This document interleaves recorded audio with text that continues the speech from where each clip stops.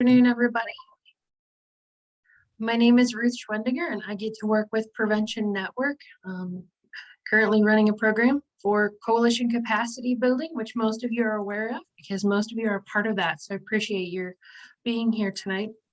I am recording this session so that we can continue to share the information that we discuss on our YouTube channel through shared videos there on Prevention Network. Tonight we're talking about coalition capacity building within the context of advocacy. And so as we're talking about advocacy, we did meet and talk about this a couple of weeks ago. We have the same focus today as we did 2 weeks ago with a different take on that. So Mike Tobias is joining us tonight. Again, he's going to walk us through a lot of different things that we can do on our own. We're going to practice some of those things as far as signing up for notifications from legislators, to figuring out who your state representatives are, and so on and so forth. So Mike has a PowerPoint he's going to share with us. And go ahead, Mike. I'm going to let you introduce yourself. You're here as an expert, and you can tell people why you're an expert, how you're an expert on those things regarding advocacy. Well, I don't want to disagree with the host, but I don't really look at myself as an expert, but I spent I guess I spent some time in this area. So I'm very interested in policy issues and trying to talk to lawmakers about good policy. So I try to spend my time doing that. So I've got experience doing it, I guess. Although you might argue unsuccessfully, because it seems like we're really struggling out there to get things done. But anyhow, like Ruth said, I'm a colleague of Ruth. I work at Prevention Network as a coordinator for the Michigan Coalition to Reduce Underage Drinking, person in long-term recovery, married, children, grandchildren. But I know a lot of you, but can we just do quick introductions? We're small enough, I think. But I do know a fair number of you, but a fair number of you I don't know. But would you mind introducing yourself? Is it Toria? Like where you're working and what area of the state? You're muted. Well, while Toria is unmuting, I'm going to ask us to go ahead and make sure everybody puts their name and email address in the chat box. And then Toria, once you're done introducing yourself, if you could go ahead and tag somebody else, and we'll let everybody take just 20 seconds. Okay. My name is Toria Wynn. I am new to all this. I'm working with the Empowerment Zone in Detroit, Michigan. I work for COPE Detroit, and that's on the east side of Detroit. Thank you, Toria. Who's going to go next? Just call on somebody. Is it Adrian? Andrea? Adrian. Yes. Yeah, it's Adrian. So Adrian Gasparoni, I'm from care of Southeastern Michigan in Macomb County. And let's see. Amnia. Hello, my name is Omnia and I'm the Substance Use Prevention Program Coordinator at LAHC, and we service Wayne County. Oh, I'd have to call on someone. Let's go with Lisa Coleman. Good afternoon, everyone. Lisa Coleman with the Michigan Department of Health and Human Services.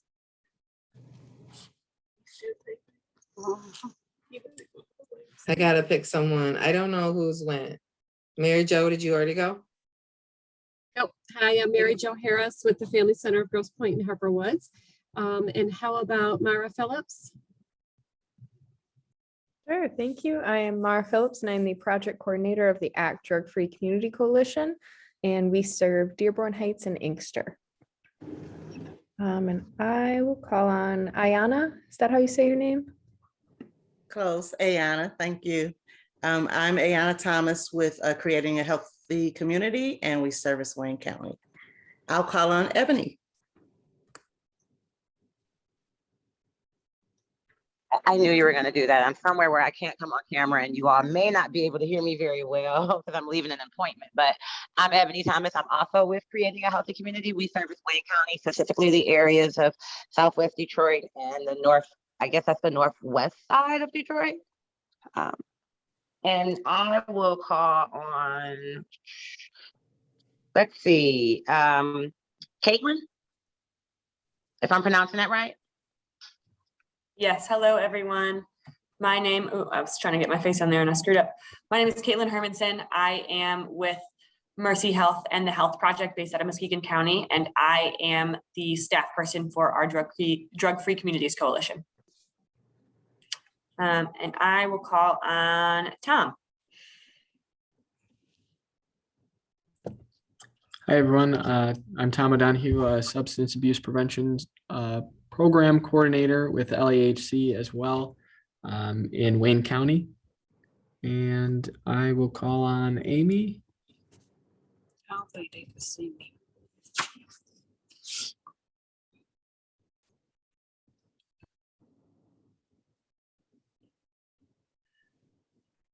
So I'm not sure if Amy's able to introduce herself. I'm going to pass it on to Tressa.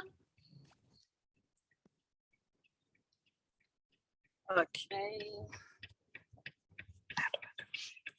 Could you hear me? Mhm.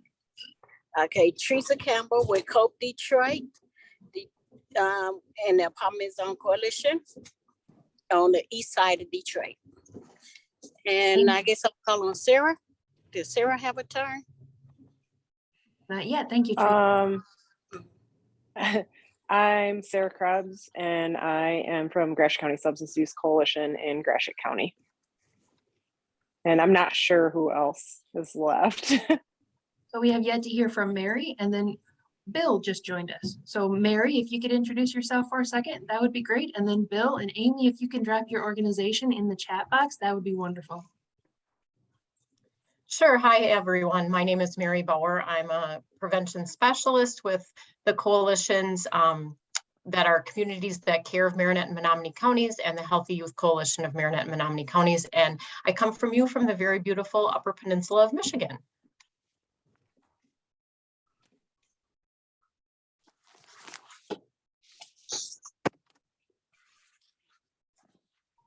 Thank you. Welcome, everybody. So we'll keep it moving here, Mike. And when people are able to, Bill, do you want to introduce yourself? And then we'll hand it back to Mike. I was having trouble with my camera. Are you able to hear me? Yes. Thank you. Bill Hermansen, board member and treasurer of the Michigan Council on Alcohol Problems. I've been on that board for some time. We do not do counseling type stuff, but we are active in education and trying to encourage the legislature and the MLCC to work with a better public policy regards beverage alcohol, and we do some education, and we appreciate the grant so we can even do more.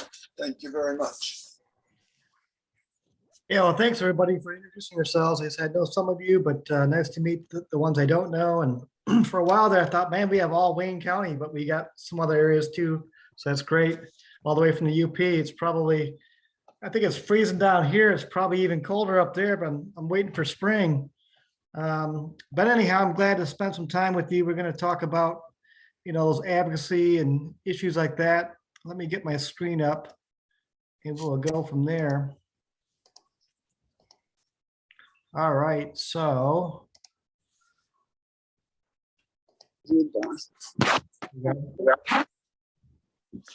All right, can you pull up that quick poll?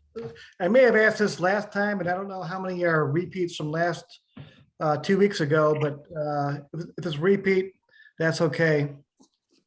So if you just take a few moments to click on whatever describes your situation. So one, I have never met with, so it should be any of my state lawmakers to discuss the work I do.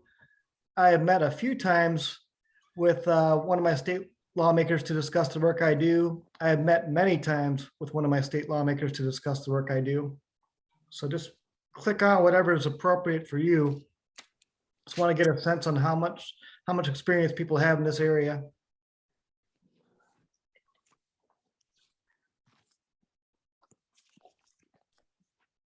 Oh, 14 people have participated. I can end the poll if you'd like, or we can wait for 2 more responses. if you haven't done it, do it now, but you can end it. To show us the results, maybe. Okay, so we have about half that have never met with their state lawmakers, 40% a few times, and then there's 7% that said have met many times. Okay, well, this is perfect then, because most of you don't have a lot of experience in this area, so we're going to talk about some of these things. I might call on those that you've met with their lawmakers to participate too, but thank you for doing that. Let me see here. I'm not sure why it's not advancing here. Hang on. It's kind of strange. Oh, there it goes. It was froze up for a second, I think, and there it goes. All right. So there's our learning objectives again for today. Take a look at those. If you have any questions, feel free to jump in and ask them. I prefer more questions, and some of this we covered last time, but I think we're just going to quickly review it or just kind of emphasize it again. So again, I'd say there's a fair amount of gray area between what's lobbying and advocacy, and people might disagree on what they are. But regardless of whether you're lobbying or advocating or educating, it's a pretty good idea that if you have a supervisor for an organization, that you keep your supervisor informed on what you're doing.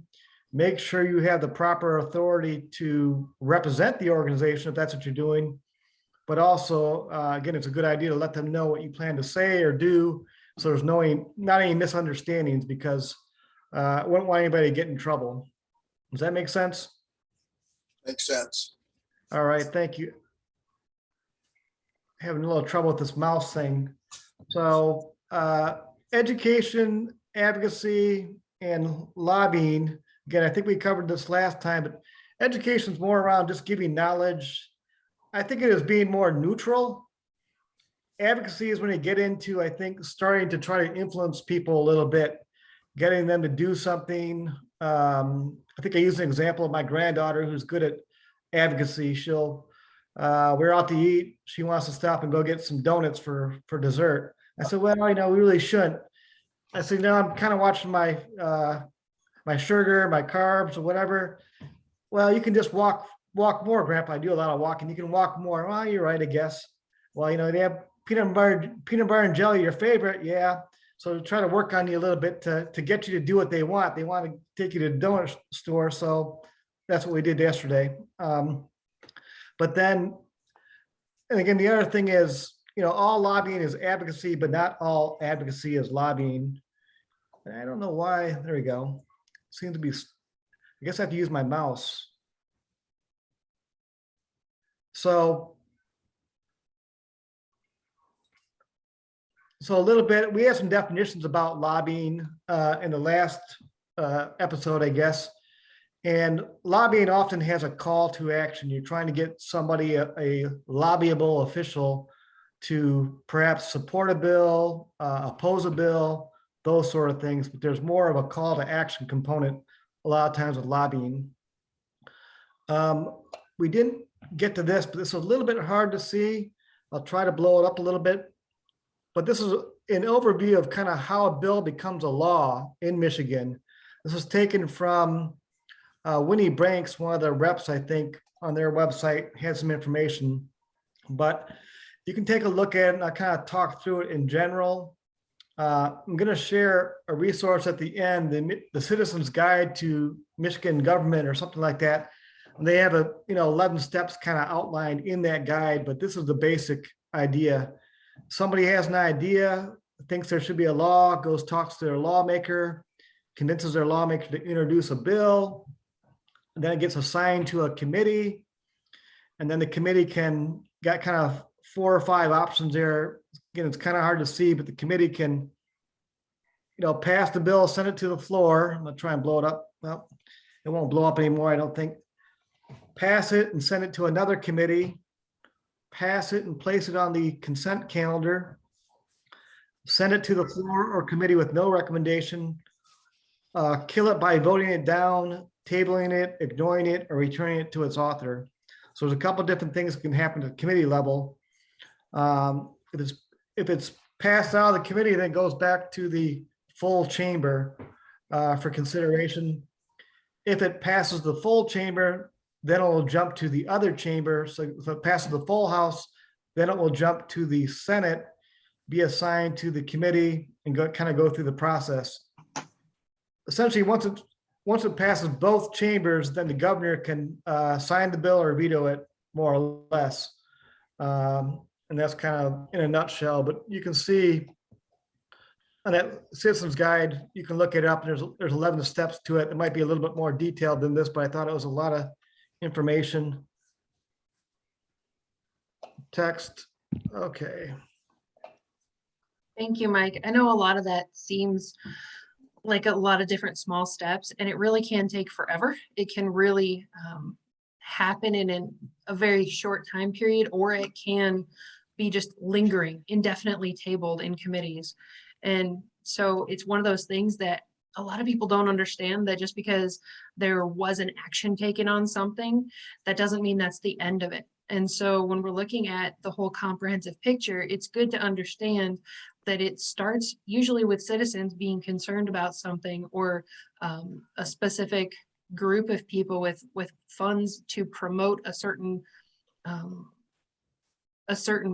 bill, and then they take it several steps forward. And so when we understand that the two houses of the Michigan legislature, and we understand the committee structure and all of that, the Citizens Guide really helps us walk through that process, because it's designed for our intent. And so I appreciate that. And I just wanted to give us a recap on that. And like Mike said, we'll be sharing that resource out along with the other summary documents.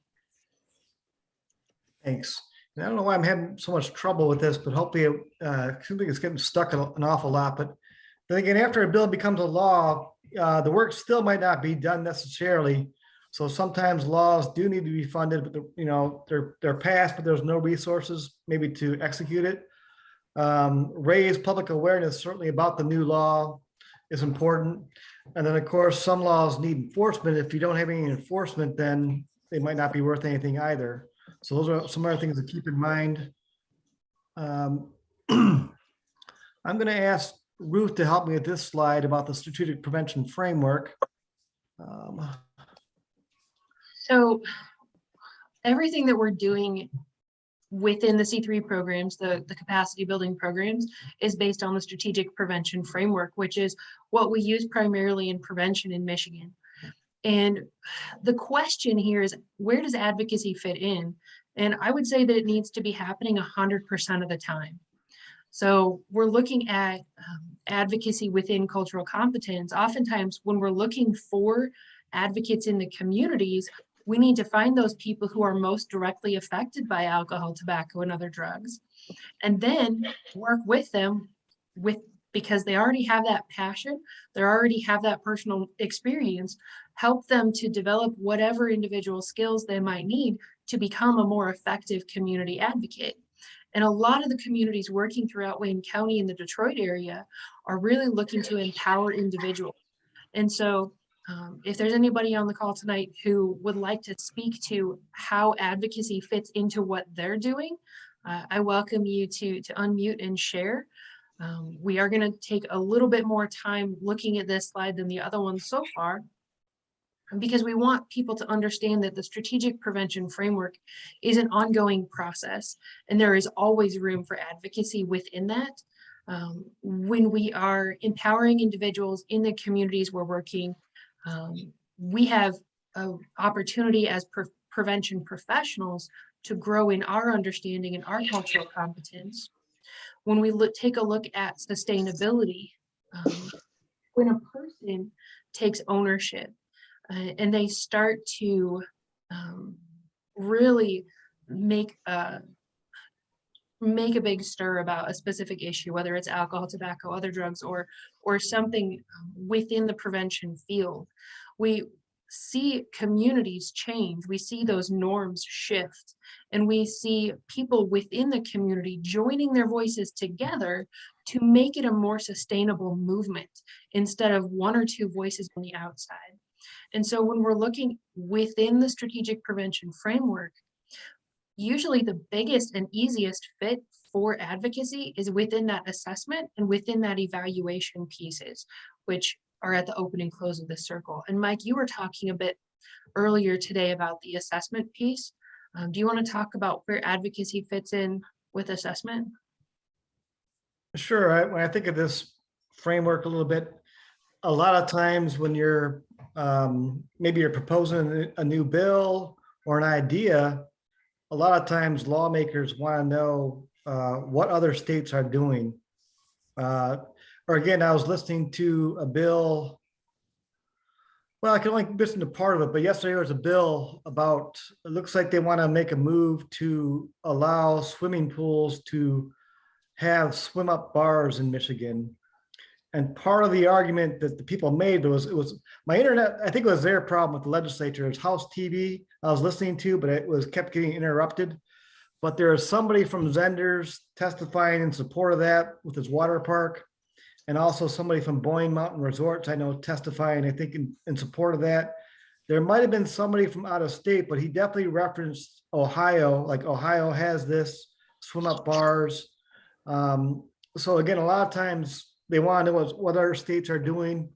Or again, if you're trying to promote something, do other states have this? So that's why I think of assessment a little bit about trying to find out what's going on out there and how does that compare to Michigan. And then the evaluation piece, I always kind of think of, I mean, these are really important steps. I always kind of think about this, like, what are we trying to do? I think we talked about that a little bit in the first workshop 2 weeks ago, but what are we trying to do here? And are we successful? So how do we know if we're successful? I think it's really important to evaluate kind of, again, are we successful? What are we trying to do? So I don't know if anybody else has any thoughts, but I was telling Louise or telling Ruth, I don't feel like I have a lot of, like, I understand the strategic prevention framework, but I don't know how to apply it as much with this advocacy, or have trouble articulating it, which is why I called on Ruth to help out. But I'm interested if anybody else has any thoughts about how advocacy relates to this strategic prevention framework. If anybody does have any comments. I think you're muted.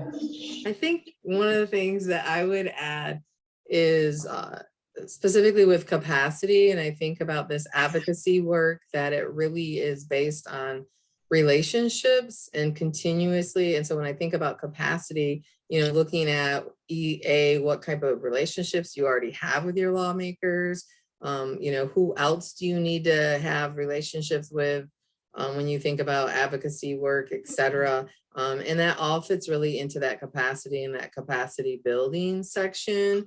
And the one thing that just keeps coming to mind, that if we continue to build those relationships with our lawmakers, that when laws come up or when they need information, they're going to be like, oh, that's the go-to coalition. This coalition, they know about, substance use related stuff.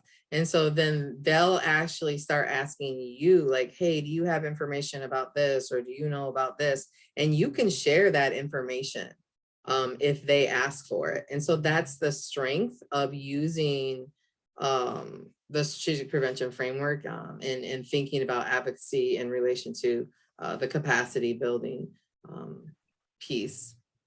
Yeah, I definitely agree with that. You really want to try to build a good relationship with your lawmakers, your policymakers, your leaders in your community, so you have their ear when you need it. But just, I know a lot of you are associated with community coalitions out there, but we're talking about this too. And I know some coalitions, have a better relationship with their state lawmakers than others. But for any of the coalitions on the call right now, I don't know how many are familiar with Zoom, but you have that, there's a little thing down there that says reactions, I think, somewhere, which I don't actually see it, but there should be something that says reactions. And you can put like the thumbs up. Yeah, so find the reactions, thumbs up, or there we go, thumbs up, like that. But does your coalition, for those of you that are part of coalitions, would you say your coalition has a good relationship with your lawmaker? Like, do they participate in your events? Do they send somebody to your meetings? Or if you can't find the reaction, you can just unmute and just say yes or no. Some coalitions. Okay, so some of them do participate. And I think that's really great. Anybody else? No, we don't have anyone that participates in ours. And Mary, are you in the UP or where are you, Mary? I'm the person in the UP, yep. You are, okay, I got you. Yeah, so again, Ruth and I were talking about this too, and it may or may not, work for you and your lawmaker or a staff person, but I don't think there's any harm in trying to reach out to them to say, hey, way I try to engage people sometimes is ask them to come and speak about maybe if they have some pending legislation that relates to any of your coalition work. Certainly that would be a good sense to invite them to do that. But you may incorporate, I think this is kind of building capacity or trying to build that relationship. If you have community events where it makes sense to include your lawmaker, policymaker, do that. If you have a town hall meeting on underage drinking, invite them to participate in it, have them be the MC or something like that. But it might, it depends on maybe the area, whether it's going to work, but I'm always really encouraged when I find out about coalitions that say, oh yeah, our state rep comes, or our staff person from our state rep comes. It's a good opportunity to thank them for the work that they're doing, thank them for the way they're voting, if it aligns with what the coalition's concerned about. But anyhow, So Mara put something in the chat about they're much more likely to get representatives from their local government. And I think that's really common too. And whenever we're talking about policymakers, obviously there's big P, there's little p, there's opportunities for you to have an impact on the landscape of the ordinances, the laws, the regulations that are affecting the people in your community. Most of what we're talking about tonight is going to be referenced or framed within that state level advocacy, because that's what most of us are not familiar with. And that's what Mike's been preparing to talk about. So all of the things that the lessons that we're talking about tonight are equally applicable to the local level policymakers. Yeah, local or federal, even Congress. So I know a lot, I wouldn't say a lot, but I know that some coalitions have they don't have the state lawmakers at the table, but they have the federal, they have the Congress, people in Congress. And probably because they align a lot with CADCA and do Hill Day and some of those things. But like Ruth said, we're going to focus, most of the examples, we're going to focus on state lawmakers. I try to follow some of the stuff at the federal level, but it's a handful just kind of following at the state level. But I'm guessing some of you probably know who your state lawmakers are, and some of you probably do not. But we're going to look at that in a second. This is kind of an overview of what we're going to talk about for the next 45 minutes or so, hour. Who are your state lawmakers, committee meeting session, setting up notifications, preparing for a meeting. So I'm going to go to the legislature's website and pull that up. And actually, if you're at a computer, you can do the same if you like. But if not, I'm going to share my screen. So I'm going to www.legislature.mi.gov, and maybe Ruth can put that in the chat, legislature.mi.gov. And if you can join me if you're on the computer, but there's the legislature's home site. So this may or may not look familiar to you. But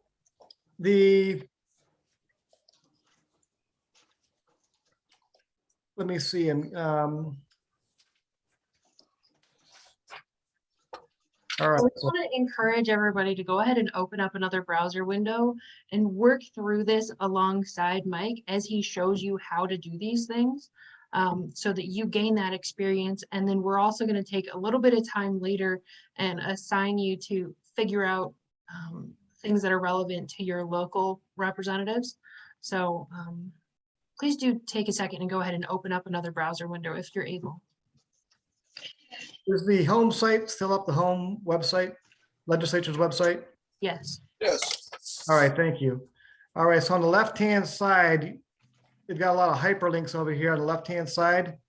And I'm going to click on legislators down there. When you click on legislators, then it comes up with both the Senate and the House, a list of them. So hopefully it's, sometimes it doesn't change, but hopefully it's changing. But you see the list of lawmakers. The House is on the left, the Senate is on the right. Up here, right under here, it says find your representative. So you can click on that, or it's find your senator. It's kind of hard to see. It's probably little, I'll try to blow it up a little bit. I'm going to click on find your representative.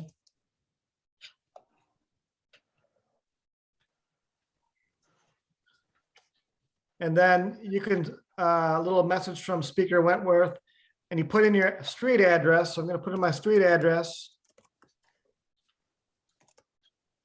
Perry 48872. You hit submit. And it'll give me, hopefully my lawmaker, sometimes it gives you a choice of a couple because of districts.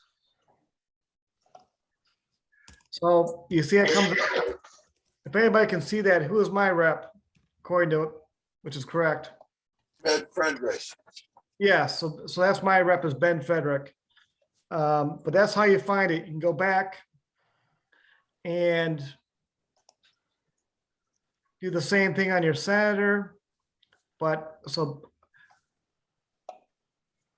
I'm going to stick with Ben for just a second. So I'm going to find him this way. I already know it's Ben Frederick. So I'm going to go down here. And when you have this list of lawmakers, you can click on this House district. It'll show the map. And so it's kind of hard to see again. You're going to get a chance to practice this in just a second. But so here's the map of the 85th district. So I live in Perry, which is right in here. You see Owasso, Corona, Durand, all these little communities are part of the 85th district. And then you can also see right here, sponsored legislation. A lot of times I'm getting ready to meet with a lawmaker, I'll look at this too. I'll say, okay, what kind of stuff? So he's got 23 bills that he's introduced or House resolutions. And here's a list of them. You can also click on co-sponsored. There'll be a lot more, but these are just bills that he's the primary sponsor on. Ben doesn't do a lot in the alcohol arena, but a lot of times a search within these documents I will search through liquor and see if anything pops up because nothing pops up. So he hasn't done any introductions or any bills of liquor, but you can see what he's done. And you'll kind of scan those. And you can do the same thing on your Senate. But why don't we take about 5 or 10 minutes if people take a few minutes. If you don't know your lawmaker, look it up, spend a few minutes looking it up. And then look around their website, see what bills are sponsored. Just do a little research on either your state senator or your state representative. And we'll talk about it in a few minutes. I'll be curious to hear what you guys learn about your lawmakers. So I'll put this in the chat. Mike, would you be able to also open the PowerPoint, that slide with the questions we want people to be able to answer about their representative? Yeah, yep. I'm going to put both. So I'm putting the links to your senator and to your rep in the chat. So take a few minutes. If you don't know who your senator is or your rep, look up one of them. And then let me pull up the other slide and look for things like, there's a lot of back and forth with these screens. So find out a lot of times you can find out what committees are on. Again, what bills it is sponsored. I kind of showed you that. look at the map. Who else do you know that are constituents of this lawmaker? You might be thinking of other messengers that can go with you to talk to them, might be better messengers. I always look for ways to bridge to my issue. Is there anything in their background that might be in when I talk to them? They might care about alcohol issues, for example, because they have children or whatever the end is. I'm just looking for a way to try to relate to them. It's always good to know, are they part of the leadership? I didn't point out that Ben Frederick is one of the people in leadership. What term are they in? So take a few minutes and look up your lawmaker, or if you know your lawmaker, just take a look at their website, look at their bills they've sponsored, and maybe answer some of these questions. Maybe give you 5 or 6 minutes, and then I'd like to hear from some of you on what you find out. Does that work?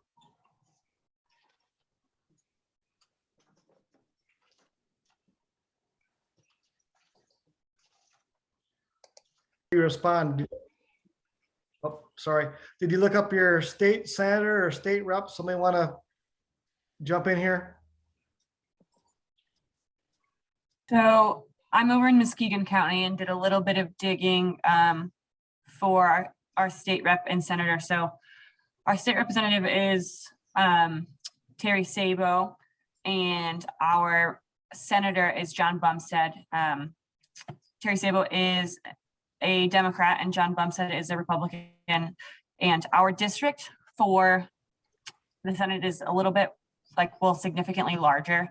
So that also incorporates Newaygo and Oceana counties, which was interesting because I personally in our group doesn't do too much work in either of those counties, but we certainly coordinate with folks who do.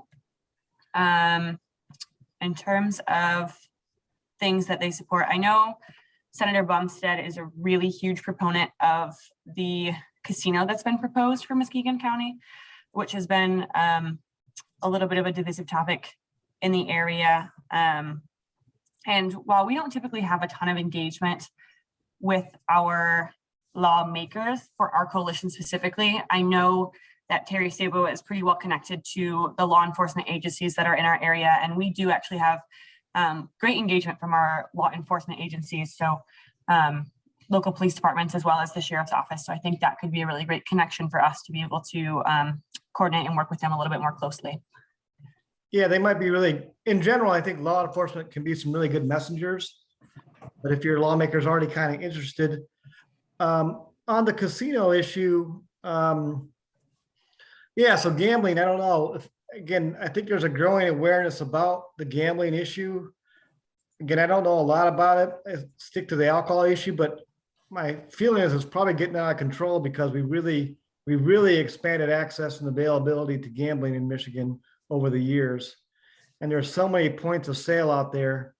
But Bill, you want to jump in? Yeah, just briefly to say that alcohol and gambling really do not mix because people lose their sense of, what they have, where they're at, how much they can bet and all this kind of stuff.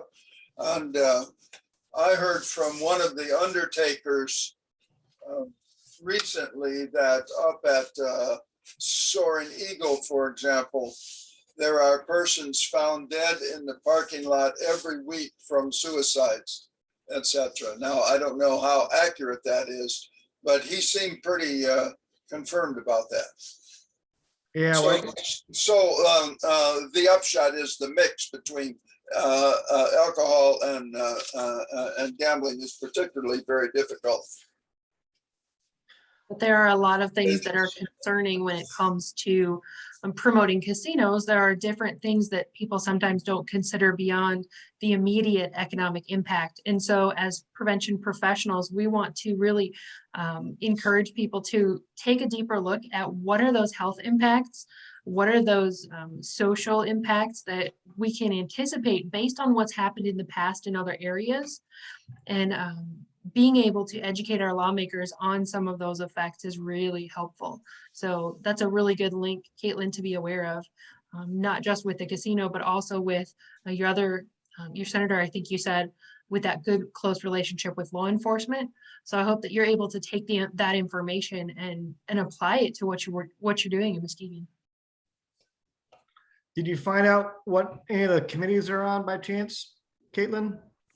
Yeah, so at least for Terry Sabo, he's on the Workforce Trades and Talent Committee, Appropriations, Corrections, Transportation. I know he was formerly the chairman of the County Board of Commissioners a few years back. So I haven't seen anything on Bumstead's website, but I'm still poking around a little bit here. Okay, and then again, just hearing those committees, I'm always looking at, okay, well, corrections. I know, I don't know how the exact statistics or anything, but I know that a lot of people who are incarcerated have alcohol or drug issues. So I try to bridge to the issue somehow. But you also mentioned that I didn't recall which one's which, but one's a Democrat and one's a Republican. That's significant to take note of too. Pretty much have Republicans and Democrats. But does anybody know who controls our legislature right now? The legislative branch? Republicans.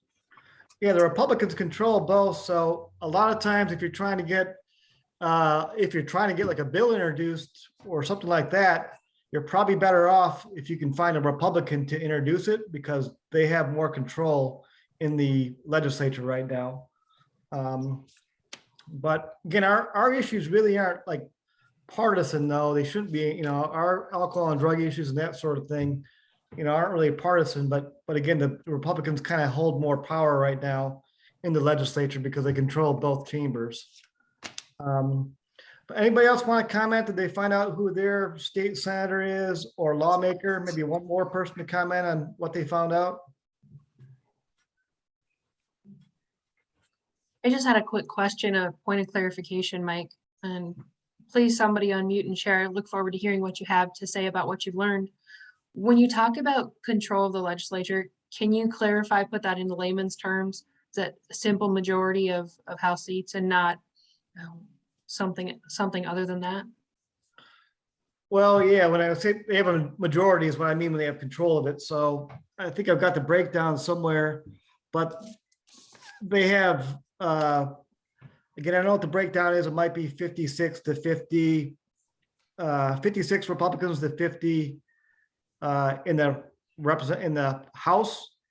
I'm not sure exact, but again, if all the Republicans vote one way, they can, pass or stop anything they want is what I mean by it, I guess.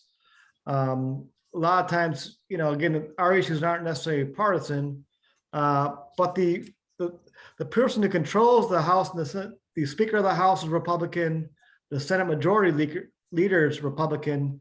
They have significant kind of power and influence because they can decide a lot of things. They can decide on which committees the bills get, whether to move the bill forward or not, really. So they have a lot of power in that sense. But Lisa?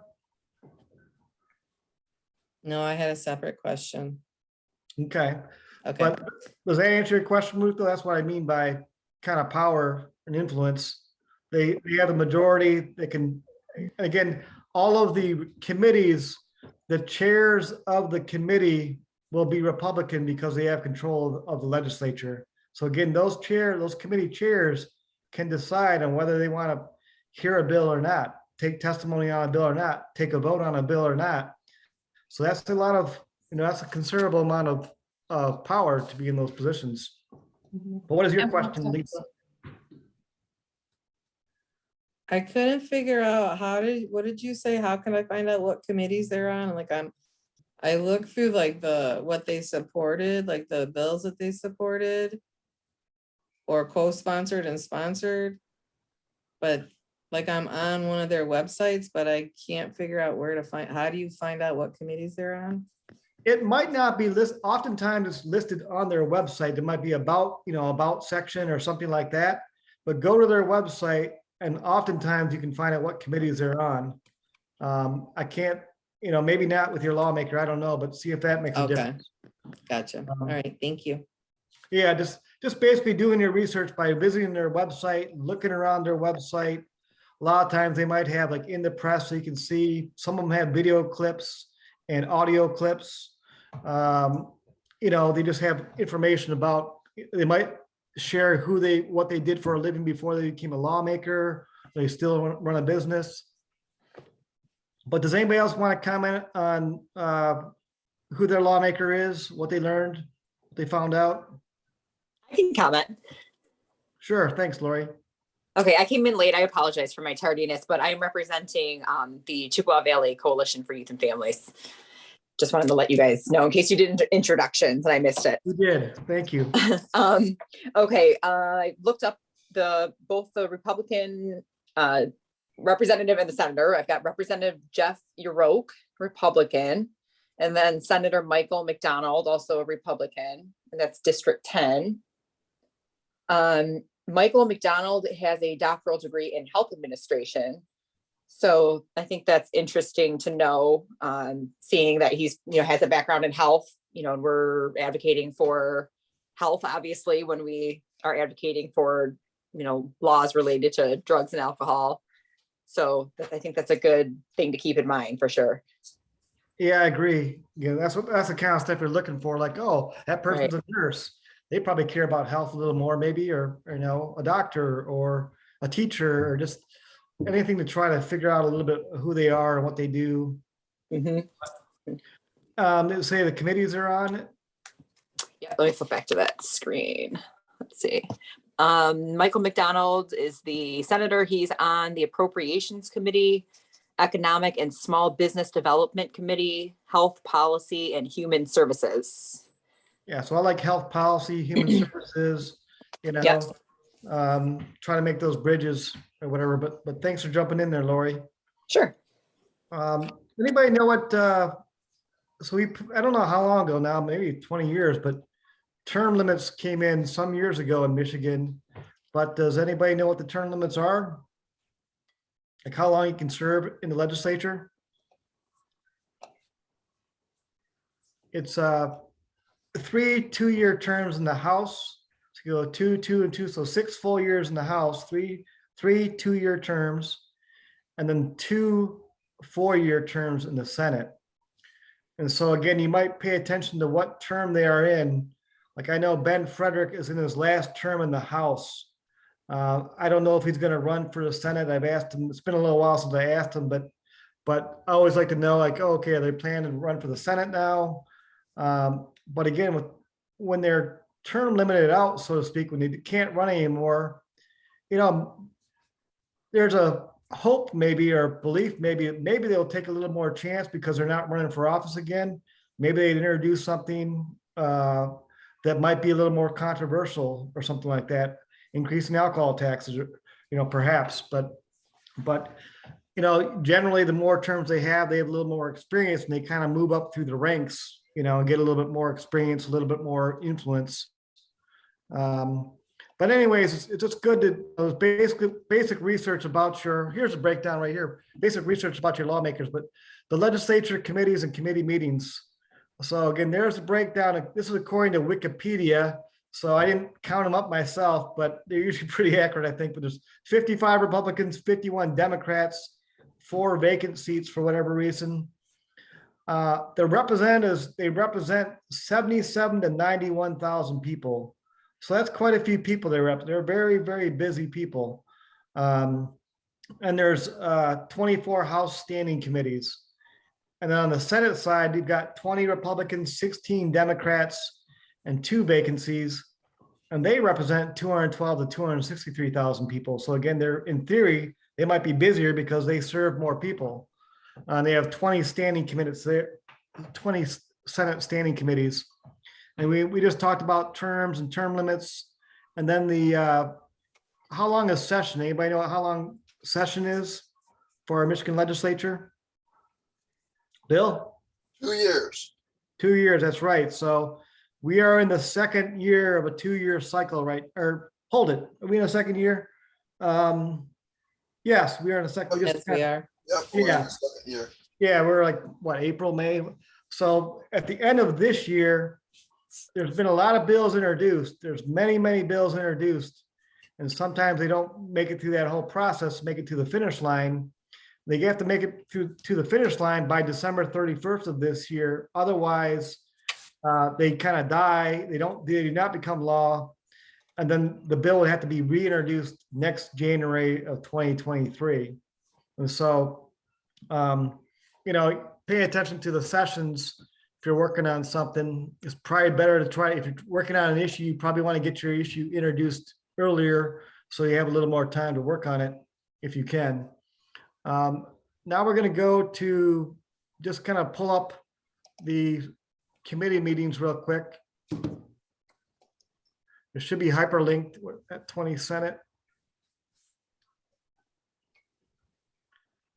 I'm going to stop. I think the sharing screen has something to do with it, but let me stop the share screen and go back to the pull up the Senate or pull up the standing committees just to take a peek at these different committees.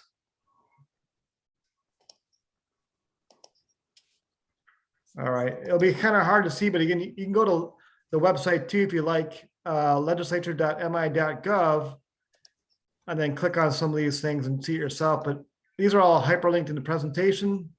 So again, it's probably a little small. I'll try to blow it up a little bit. So this is the home. On the left-hand side, clicked on committees, and you can see the 24 House committees and the 20 Senate. These are all standing committees. I just kind of scroll and you can see who the chairs are. So again, all these chairs are going to be Republican because they're the ones that control the legislature. The one I follow closely is the regulatory reform committees, because my role as the coordinator for the Michigan Coalition to Reduce Underage Drinking, we track a lot of the legislation. So I'll stop on the regulatory reforms and zero in on that for just a second, but you can see there's a lot of different standing committees. You might see your lawmaker who's chair of one of these committees. So the regulatory reform, we'll look at the House side. So I don't know how well people can see that, but is anybody, I don't think anybody's here from the Mount Pleasant, Isabella area, but this Roger Hauk is the committee chair for the regulatory reform. So right here, it says sign up for meeting notifications. You can click there, enter your email, follow the directions. You might have to create a password, create an account, but you can get meeting notifications. So I get meeting notifications whenever they have a regulatory reform committee meeting. They'll show me the agenda. So that's kind of helpful, provided I can stay caught up with my email and see it in a timely fashion. But let's go to the committee page here.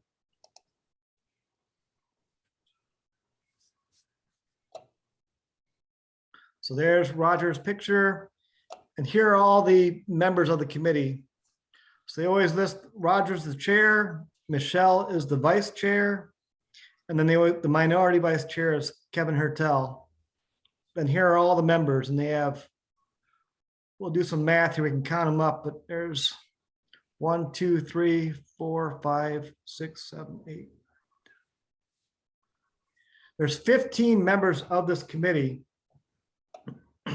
Of the 15, there are 1, 2, 3, 4, 5, 6, 7, 8, 9. 9 of them are Republican, and that leaves 6 that are Democrat then. So you can see it, 1, 2, 3, 4. Yeah, 6 are 9 to 6. So again, this is again a demonstration of they kind of have the control because they have 9 Republican members, 6 Democrats, and then the chair has some special power, so to be, they can decide what they want to hear, what bills to put forward, that sort of thing. So again, I look at a lot of these lawmakers. I might try to identify constituents of these lawmakers and encourage those constituents to talk to these lawmakers about some of the issues, kind of target the committee.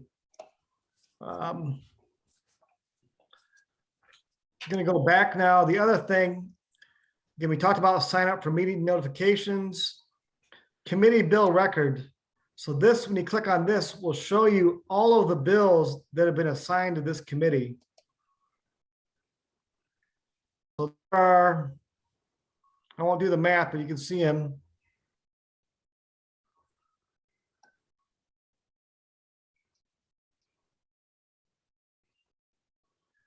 That is quite a bit of a long list of bills assigned to this committee.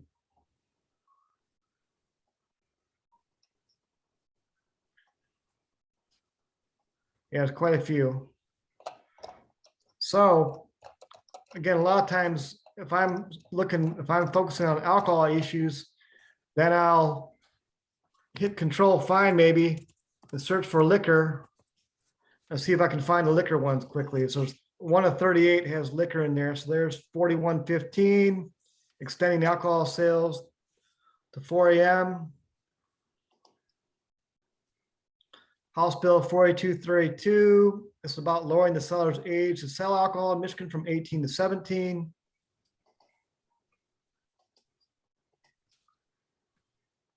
Reducing the minimum number of sporting events for a motor sports license is 4445. That became law in 2021.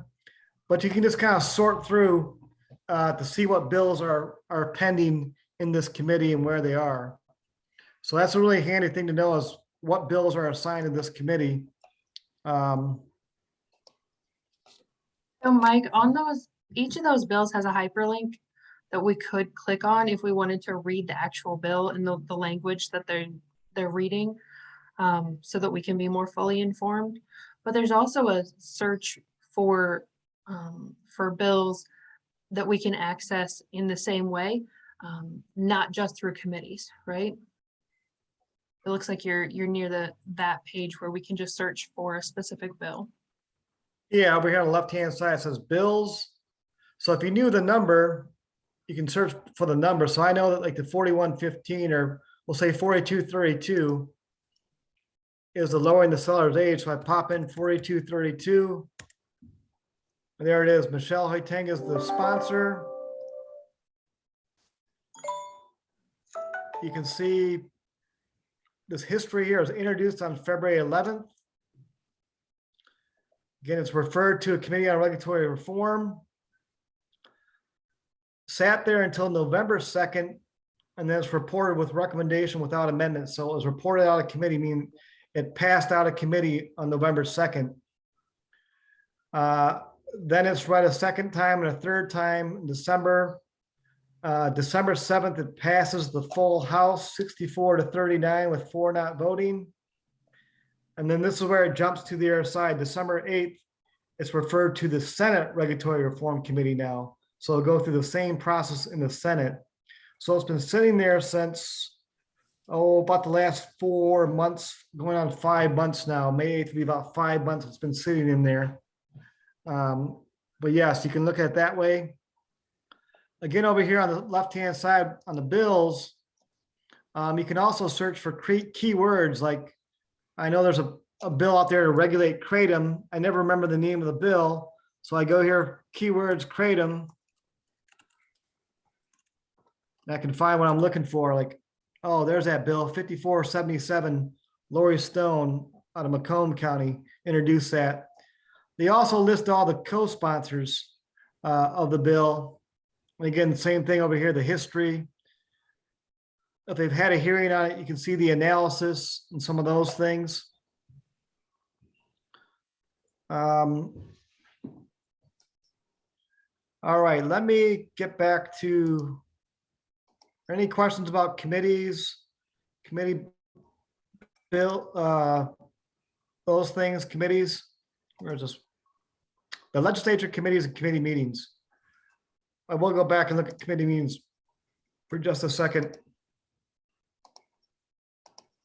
And Mike, what does the Citizens Guide tell us about participating in or having a say in some of those committee meetings? Is there an opportunity for public comment?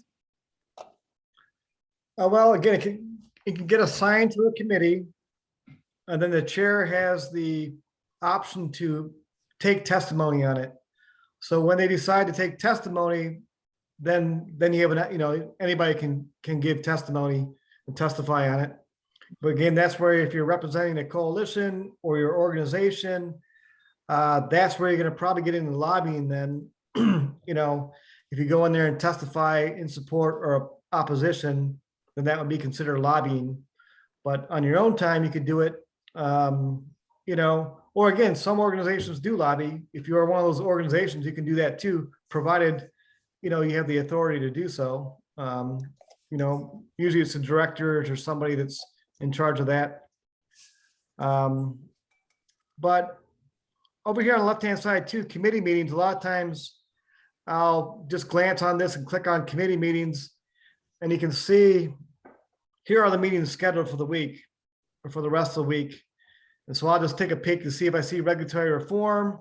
I don't, but health policy on April, so tomorrow at 2 o'clock, health policy. Click on that. Okay, what's on the agenda there? Medical services, nursing homes, nothing I'm too interested in. You know, I won't listen in. But if there was something, I might go down there. Depends how important it is. I might go down and see it, you know, sit there in the hearing room. But a lot of times I've gotten comfortable working remotely, you might say. And so they've got a lot of nice tools here on the website that when I don't feel like going down there, but I want to hear what's going on, I can click on House audio or Senate audio. And if it's working properly, I can listen to the hearing. And so you just click on, you know, this is the agenda probably for tomorrow, April 20, or no, this is today. There's nothing this late, but tomorrow, April 28th. So tomorrow, April 28th, if you want to listen to appropriations, it's not available, but insurance at 9 a.m., natural resources at 10:30, health policy at 2. You can just click on that before 2 o'clock and it'll stream the session for you. There's nothing there because they're not streaming it. So again, a lot of times I'll take advantage of House TV or Senate TV and listen. A lot of times the sponsor will kind of present their bill and explain why they want to, you know, why they're introducing it and that sort of thing.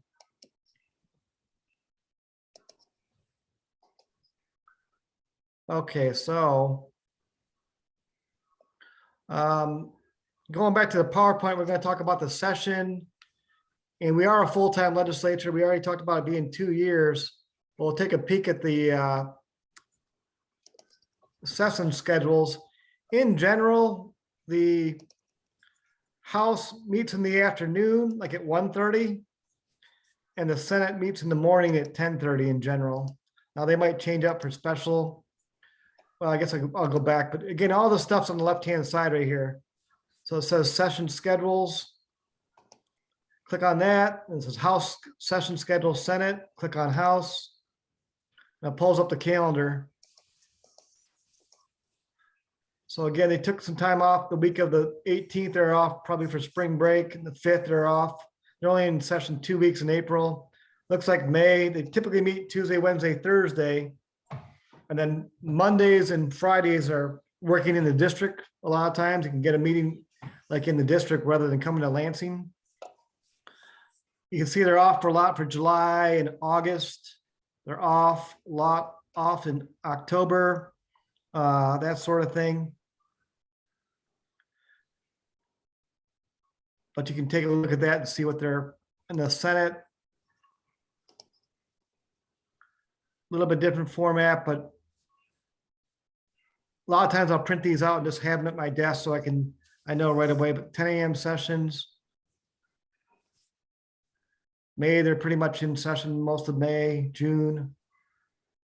You see July and August, they take a lot of time off. October, a lot of time off. Those are about sessions.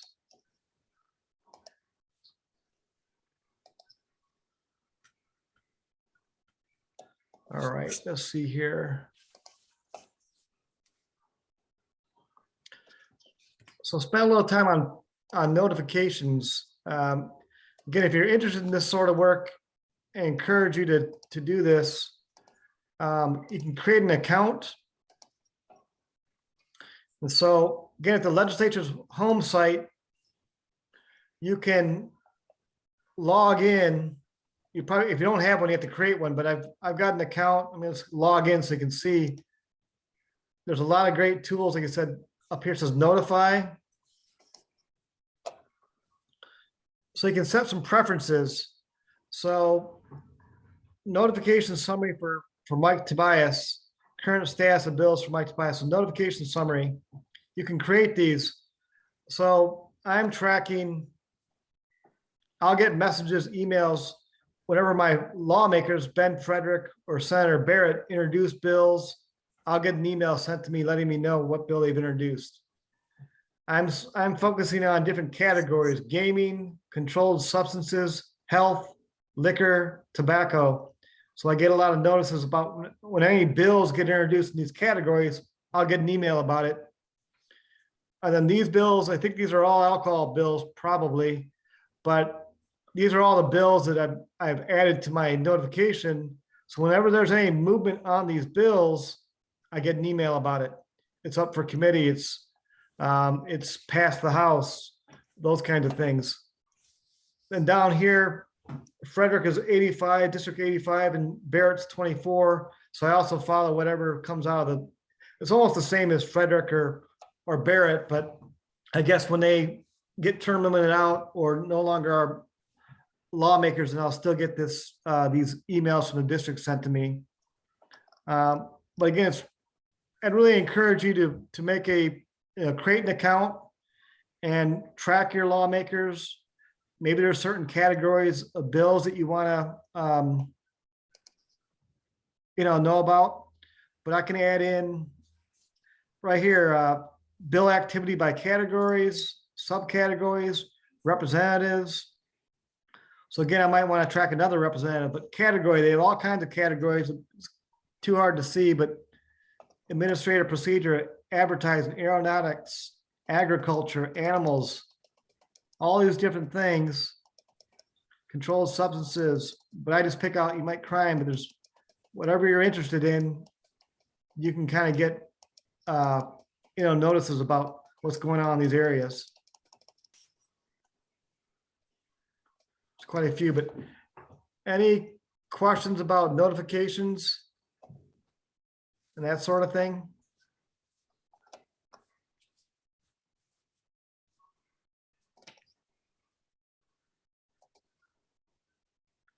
Let me go back to see where we are on this PowerPoint. So Mike, we've shared this tool in the past, and we shared it on the CADCA Michigan page as well, that the PTTC, the Prevention Technology Transfer Centers, work to help promote kind of an assessment tool for specific bills that have been introduced. And so that's something that we'll share out again with the other resources that Mike's talked about tonight. But I just want to encourage you to really go about this in a thoughtful manner. And I appreciate it, especially seeing the calendar there, Mike. I think that's something that I was not really aware of either. Okay. Well, now, so how do you prepare for those? Some of you said you have met with your lawmaker, but how do you prepare for a meeting with your lawmaker? Any thoughts?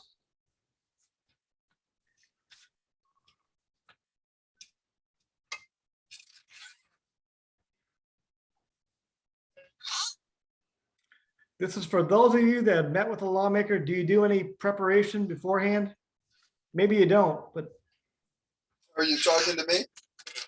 I'm talking to you if you've met with a lawmaker. Okay. Or whoever has. Well, I had met with a lawmaker at a town meeting, and she commented to me that her dad had told her that nothing good happened in a bar after midnight. And of course, right now we're working on this 2 o'clock to 4 a.m. thing, and it went through Laura, but she voted to extend these hours, and that made me furious. So I went to her office. I tried to contact her by phone, and we didn't connect. She tried to get back to me, and I wasn't available, and I tried to get back to her and the office, etc. But I was in Lansing one day, and so I stopped in her office, and she came in. I didn't realize it was her, and just kind of swished past to that back office, and the person up front was asking me what I wanted, and I said, well, I'm really upset because this person did not vote as she had indicated to me she might vote. She came back out of that office, And then her posture was quite defensive. She's really a great lawmaker, but she wasn't on my side on that one. And she said, well, in our country, I thought a person has the right to change their mind, which is really just a defensive posture. I kind of caught her cold cocked on that one, you know, so we talked a little bit then, and since then I've been to another of her town meetings, and I think we've got the ruffled feathers smoothed down, but at least she knows where I stand on this. And it's just important that we have this relationship, and I feel now we have at least a relationship that, you know, we understand each other, and she knows where I'm coming from, and I can talk to her about things. I did not do much preparation other than to know that I needed to express to her that I was upset because she voted not in the direction I expected her to vote. Yeah, and I guess, yeah, you might run into somebody at an event, and it's a little bit different than preparing for a specific meeting. But I encourage you though, I kind of think it's an opportunity. If you have an opportunity to speak with your lawmaker, I think you should do it. Say something, you know, introduce yourself. Again, don't waste that opportunity. Get on their radar, build that relationship. But Ayanna, I don't know if I'm pronouncing your name right, but do you have a question? And then we'll go to Ebony or comment. Well, I was gonna answer your question, although I haven't met in this aspect with a lawmaker other than in a campaign aspect or socially. I would think, Mike, that the things you've shared with us today actually are great ways to prepare, to look and see what committees they work on, what legislations that they've sponsored, and just, you know, what they look like, pull up their picture, who they are. So thank you. This was really good information. Yeah, exactly. Thank you. That's exactly what some of the stuff we're doing. That's what you're gonna want to do, is you're gonna get familiar with them and see what bills, what are they concerned about. You'll get a sense on the bills they introduce and what they care about. And again, you're looking for a way to try to bridge to your issue perhaps. But again, you want to be able to speak a little bit intelligently and talk with them, especially if they've done something positive. Might not have anything to do with alcohol and drugs, but if it's something positive, you should let them know. Hey, I really appreciate you. I saw you introduce that bill that was gonna, I don't know, whatever the issue is, it's gonna improve care for children or whatever the case is, but you know, try to reinforce something positive. But here's some tips from MSU Extension. There's 10 tips they shared, but so again, this is kind of, I mean, I think this is, you know, good practical advice. Remember, they are just people. This is hyperlinked too, so when you get the presentation, you can click on that and get a little bit more information. But I think it's just trying to let them know that, you know, they kind of work for us. They're elected to represent you. And so sometimes people do feel like, oh, I don't know what I'd say to them, or I can't, these are important people, so I don't know what I'd say to them. But again, they're really just like, a lot of lawmakers are very down to earth and easy to talk to. And I think they care about the work that they do and want to do a good job. I've also met my fair share of real, for lack of just full of themselves, big egos, full of themselves. I just want to say, it really turns me off. But there's a lot of people who, really do care about things. But I think they all get into it for the right reasons, but sometimes it just goes to their head or something. But they are just people. They kind of represent you. And so you have every right to talk with them and talk about the issues that you care about with them. But Ebony, you had a comment or a question? Yeah, I was gonna say what Ayanna said as well. And what you just said too about us being their constituents, but also, when I've met with them in the past, we also had speaking points. We had speaking points on things that we wanted to say to them. We had materials that we wanted to leave with them, and we had a letter. So those are some of the things that we did, and we went in groups. I know we divided and conquered. It was a group of us that went to DC one time, but to meet with different legislators or senators, whoever we were meeting with, we would go maybe 4 or 5 of us at a time. It wasn't like a big group of 10 of us or the 50 or 100 of us that went down there. And we set those meetings up in advance as well. But that's all I was going to say. That makes a lot of sense too, what you're saying. that's pretty standard, I think, but again, the second point, do your research. That's kind of stuff we've talked about already, like you mentioned, Ayana. And then plan your meeting, practice your speech or your ask, introduce yourself properly. This gets to make sure you kind of have the authority to represent. You might, I might say, hey, my name is Mike Tobias. I'm coordinator for the Michigan Coalition to Reduce Underage Drinking. Or I'm Mike Tobias. I'm a constituent. I live in Perry. You might even split hairs a little bit and say, hey, I'm representing myself as a citizen, as a constituent of Perry. However, I also happen to be the coordinator for the Michigan Coalition to Reduce Underage Drinking. Although I'm not representing the Michigan Coalition, that's what I do. So you try to establish a little bit of credibility about, I work in the field, I'm in recovery, I know about these things, it's affected my family personally, that kind of a thing. Ask about them, always thank them, follow up. They might ask you some questions you don't know about. You're not sure what the answer is. If you say, I don't know what the answer is, but I'll look into it and get back to you, just make sure you get back to them. And then just to share your interactions, talking about telling other folks. Again, I had a conversation with Representative Frederick. It went really easy. He was, pretty easy to talk to. So again, you want to encourage other people to try to do the same kind of thing. So this is taken from MSU Extension. And then I think getting to Ebony's point here about, again, some other considerations. Oftentimes I'll take a fact sheet or a one pager or a leave behind, something like that. Also, groups of people, or is there a better messenger? The lady from Muskegon talked about, being interested in law enforcement issues or some kind of connection to law enforcement. They have a strong connection to law enforcement. Maybe bring the chief of police or the sheriff if you can get them. I was talking with a lady today about, get your mayor. You got the ear of your mayor. Take your mayor with you to talk to the state rep. I'm sure the mayor and the state rep know each other. But again, if the mayor's on your side of the issue, take the mayor with you, because that's probably going to be a better messenger than just yourself. I think it's always good to send a written thank you. And not only is it just polite and they'll remember it maybe, but also you can also emphasize, a lot of times I'll emphasize my point again about something, thanks for meeting today. Or I might clarify their position. I really appreciate your being against extending alcohol sales to 4 a.m. That's great to hear. Or again, I might, send them a thank you, and again, just say, I hope you really weigh these issues very critically. It's, it's really important to keep the hours at 2 a.m. But again, it's an opportunity just to kind of reinforce your point again also.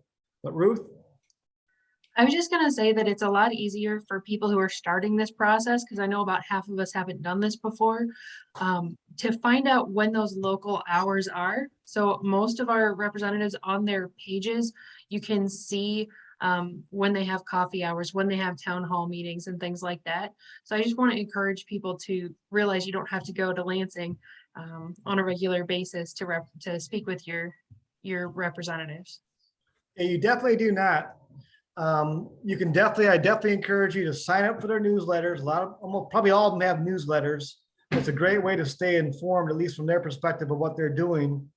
But get their newsletter and also participate in their coffee hours. A lot of them probably are still virtual. I've been to a lot of virtual ones, but I've been to some in face-to-face. But the coffee hours are a really great way to educate your community too. That's what I like about coffee hours. You can talk about some of the issues that affect your community about alcohol and drugs, and the other people in the who are participating in the coffee hours will hear that. They might not even know there's a coalition in wherever you are. So it's a good way to educate the public out there too. Is this hours of sales brief up right now? No, okay, didn't. Let me stop and reshare. So this is just an example of when we had an alcohol epidemiologist. He made these different policy briefs, which I thought were really helpful on some of the relevant issues. And these are on the McCrud website, mccrud.org, but this is the hours of sales brief. So this could be an example of a leave behind about, extending alcohol sales from 2 a.m. to 4 a.m.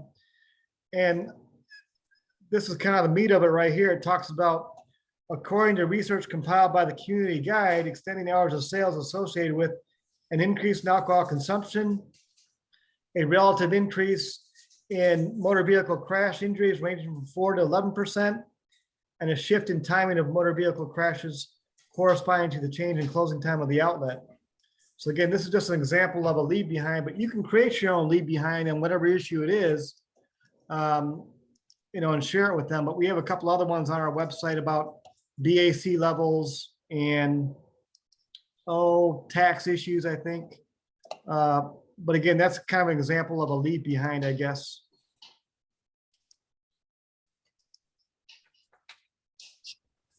Poll number 2. Can we pull poll number 2? I think we're on the.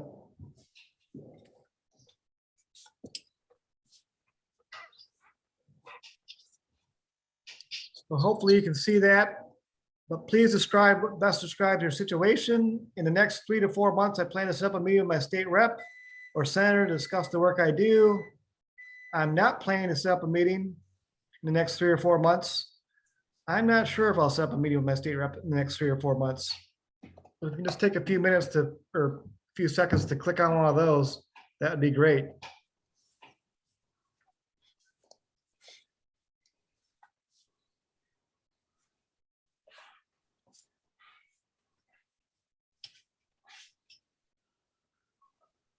We're waiting for 3 more people.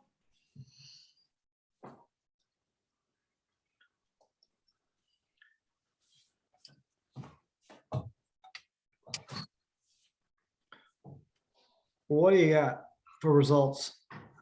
Last call. There we go. So, well, this is great. In the next 3 to 4 months, 27% say they plan to set up a meeting. That's great. 27% say I'm not planning to, and 47% are not sure. Okay, so this is all potentials. That's great.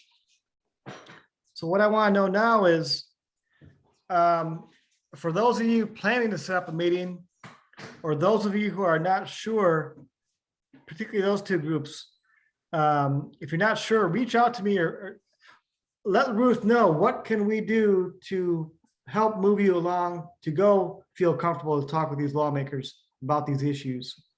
Again, that's one of my goals, is trying to get more leaders, community leaders like yourselves, talking to our state reps about these issues. So again, I don't know what the answer is, but please reach out to Ruth or myself. We want to help you, do this kind of work. Feel comfortable talking to your lawmakers.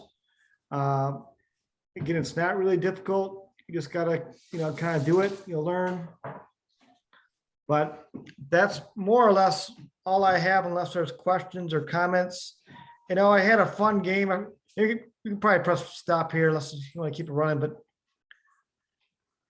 I wanted to bring up, I